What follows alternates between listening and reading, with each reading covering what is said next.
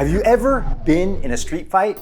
Are you taking martial arts classes just in case you ever run into someone who wants to fight? You can dominate. I've been studying Aikido for the past 34 years.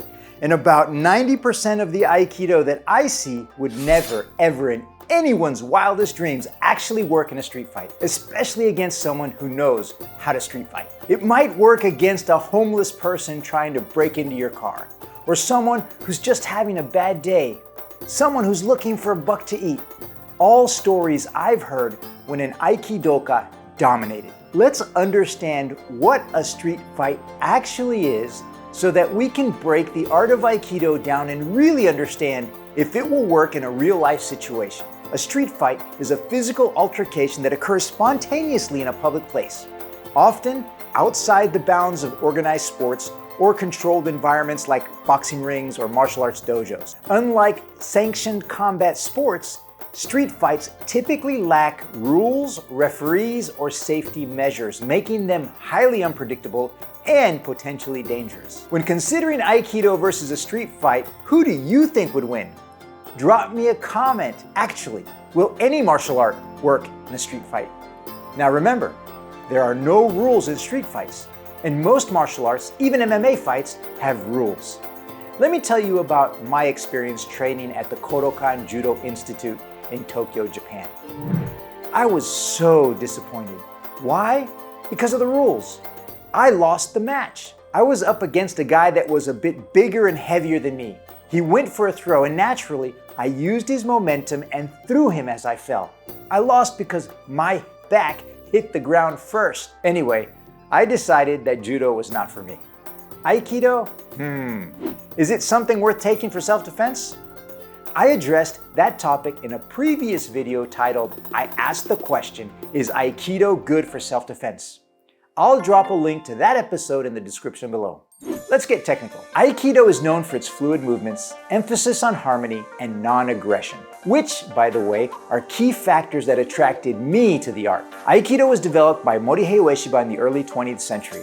It focuses on using an opponent's energy against them, redirecting attacks rather than meeting them with force. Aikido's aim is to neutralize aggression without inflicting any harm, making it a unique martial art with a strong ethical foundation. Aikido techniques are characterized by circular movements, joint locks, and throws. The emphasis on fluidity and maintaining balance is crucial as it allows the Aikidoka to control the encounter with minimal effort. There are 11 basic techniques in Aikido that, if you become a student for life, you'll be working on for the rest of your life. I heard a high-ranking Aikido teacher say that those 11 techniques can be actually boiled down to one. And from that one technique, you could easily come up with 10,000 different ways to express it. Aikido training typically involves practicing these techniques with a partner in a controlled environment over and over and over again. The focus on perfecting form, timing, and the ability to remain calm and centered. Aikido also includes training with Bokuto, the wooden sword, Jo, the staff, and Tanto, the knife, the wooden knife, which help develop movement, timing, and distance. Unfortunately, I know a lot of Aikido dojos that teach their students to take ukemi, or fall, under the pretense that they would get hurt if they didn't, which means the technique would never be effective in a real-life situation because, first of all, if they resisted, they would most likely not get hurt and would easily counter the technique. That's the main reason I actually almost quit Aikido. But that's a story for a future episode, so remember to subscribe to my channel. When evaluating Aikido's effectiveness in a street fight, it's important to acknowledge a few of its strengths. One of Aikido's primary strengths is its ability to redirect aggression. By leading an attacker's momentum away from you, you can avoid getting hit while positioning yourself in a more favorable position. Aikido's emphasis on maintaining balance and movement is another strength in a street fight. Street fights are chaotic, and losing your balance or getting cornered can be dangerous. I've heard that most street fights end up on the ground, making a stronger case for Jiu-Jitsu than Aikido. The joint locks and control techniques taught in Aikido can be effective in neutralizing an opponent without causing serious harm. In a street fight, this can be valuable for de-escalating the situation without resorting to excessive force and avoiding legal complications. A well-executed wrist lock or shoulder pin can incapacitate an attacker without leaving them severely injured. The ability to remain composed is crucial. Someone trained to stay calm can think more clearly, make better decisions, and avoid escalating the conflict unnecessarily. I actually released an episode titled Using Martial Arts Philosophy for Decision Making, Wisdom from the Dojo to the Boardroom, that talks exclusively about this. And finally, Aikido's techniques are designed to be adaptable to different types of attacks. Whether the attack is a punch, grab, or weapon strike, the principles of Aikido can be applied to neutralize the threat. Okay, let's look at some of the limitations to Aikido versus a street fight. One of the most significant criticisms of Aikido is its lack of striking techniques. While Aikido focuses on evasion and redirection, the absence of striking techniques can be a disadvantage in situations where a quick, decisive counterstrike is needed. Traditional Aikido training does not typically involve full contact sparring.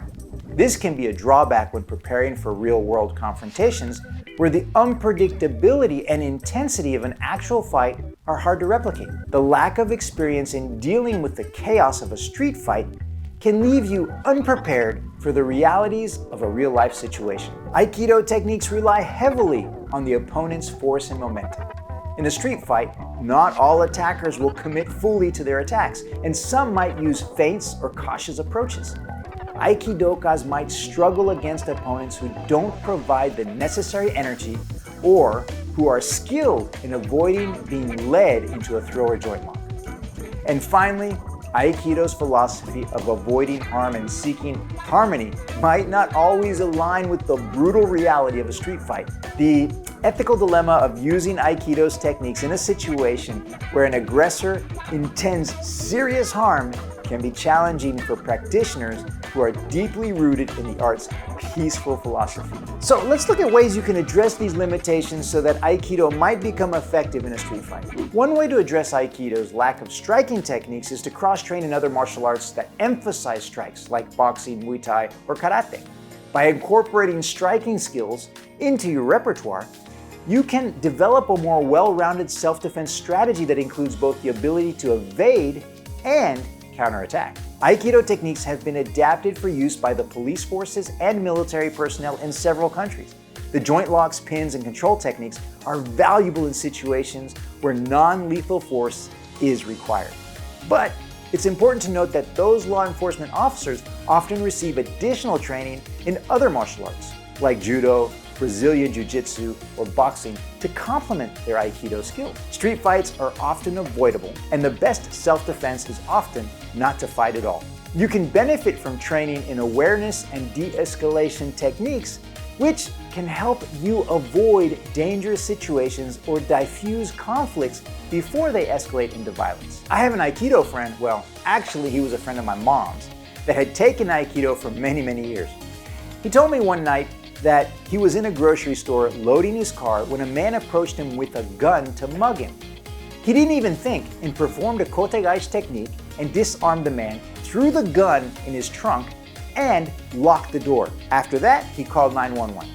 I'm not sure I would have taken that same chance. In this case and others, the ability to stay calm, avoid incoming strikes, and apply joint locks or throws has proven effective. But these stories often involve highly skilled martial artists who have spent years perfecting their craft, which raises the question about how effective Aikido might be for someone with less experience. So, Aikido versus a street fight. Would you want to use Aikido in a street fight? For some, Aikido is just a dance that they get to practice for an hour or so each day. For those who are considering Aikido as a self-defense martial art, it's important to recognize these strengths and limitations and to consider cross-training in other disciplines to address any gaps. Also, incorporating more realistic training scenarios and developing strong awareness and de-escalation skills can further enhance Aikido's effectiveness in a street fight. Ultimately, the effectiveness of Aikido in a street fight will depend on your skill, experience, and ability to adapt to the chaotic nature of real-world confrontations. While Aikido offers valuable principles and techniques for self-defense, it should be viewed as one part of a broader self-defense strategy rather than a standalone solution. Now that's something you can take out of the dojo.